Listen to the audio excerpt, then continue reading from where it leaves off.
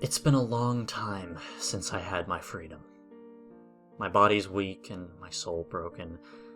I haven't had a thought that I can call my own for so long.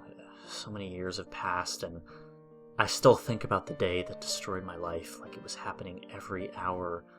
Perhaps just another of the many tortures I have to deal with. The faces of my family, my friends. All those I had once called dear constantly reappear in my addled mind, taunted me with the idea of having my life back. But I'll never be given that opportunity. Not as long as it watches over me. I've lost all concept of time, funnily enough, making it seem like I've been here for an eternity. I think yesterday, last week, last month, maybe, I found myself a small piece of charcoal and a small brown notebook. The pages yellowed with age. I drew myself up against the wall and decided that the only way I was going to be able to hold on to any scrap of my sanity was to write. And when I look back through the small book, most of what I've written has just been fruitless prayers to a God I know has abandoned me and regrets for the decisions I've made in life. So, I've decided to change it up. If I'm ever to be found, which is unlikely, this book will contain the last few moments of my life. The real one, that is, not the hell I live in now, and how to stray away from the path that I followed. But let me warn you, this is not some guide on how not to make my mistakes, but how to succeed in what I failed at. Firstly, you need to know that I am not just James Ridley anymore. I have two names now. James, and hello there. My name is... I know it's a little hard to say, so you can just call me Peter. I've just made the discovery of our little friend's diary. It makes me smile when I know that he is never going to recall what he's just written. He'll spend hours racking his mind to find the words he so desperately wants to write down, but he'll never remember. Sometimes I let him recall everything that has happened again, just to let him scream with anguish. Sometimes I let him think everything is fine, only to remember it all again. He'll never escape me, for I'm always with him, and he's forever trapped. Now, why am I writing here? Maybe I'm bored. Maybe I'm just so full of emotion I need to write it all down. Funny joke, I know. Or maybe I want you to truly know what I am, so that you'll spend the rest of your years worrying I might show up and visit you next. Now, let's have a look and see what our friend has to say next.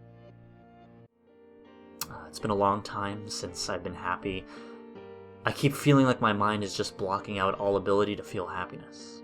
A lover's embrace, a raucous night out with adored company, a beautiful home, a six-figure salary, none of these would bring me even an ounce of joy, though. So many years have passed since I smiled, I feel like I've forgotten how. I found this book in my cupboard the other day, covered in soot and graffiti. It's a really old book that appears to be a journal of some sort. All that was in it was just pages and pages of indecipherable blocks of text that appear to have been drawn with handfuls of ash. I found this odd attachment to the journal. I just want to write what I feel in it. Maybe it'll help me control my emotions and understand what ails me, finally. My wife told me last night through tears of joy that she was pregnant. Of course, I smiled and told her how happy I was and how exciting the concept of raising a child was. In truth, I wasn't happy. I wasn't angry, I wasn't upset, and I wasn't scared. I was empty.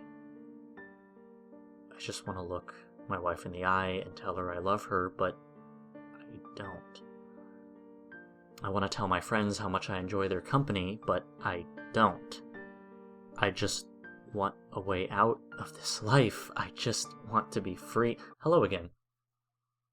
As we can see, our friend here seems to be struggling slightly with his life. He just can't seem to be happy, can he? I'm afraid our friend won't live much longer. He'll die in a hospital bed wishing he knew the answer to what ails him. His family will mourn for him and wish that they could have helped him. What was that? You thought he was trapped somewhere with no way of escape? You thought he was living the dream life, haunted by the mundane qualities of life with everything? Well, things aren't always as they seem, are they?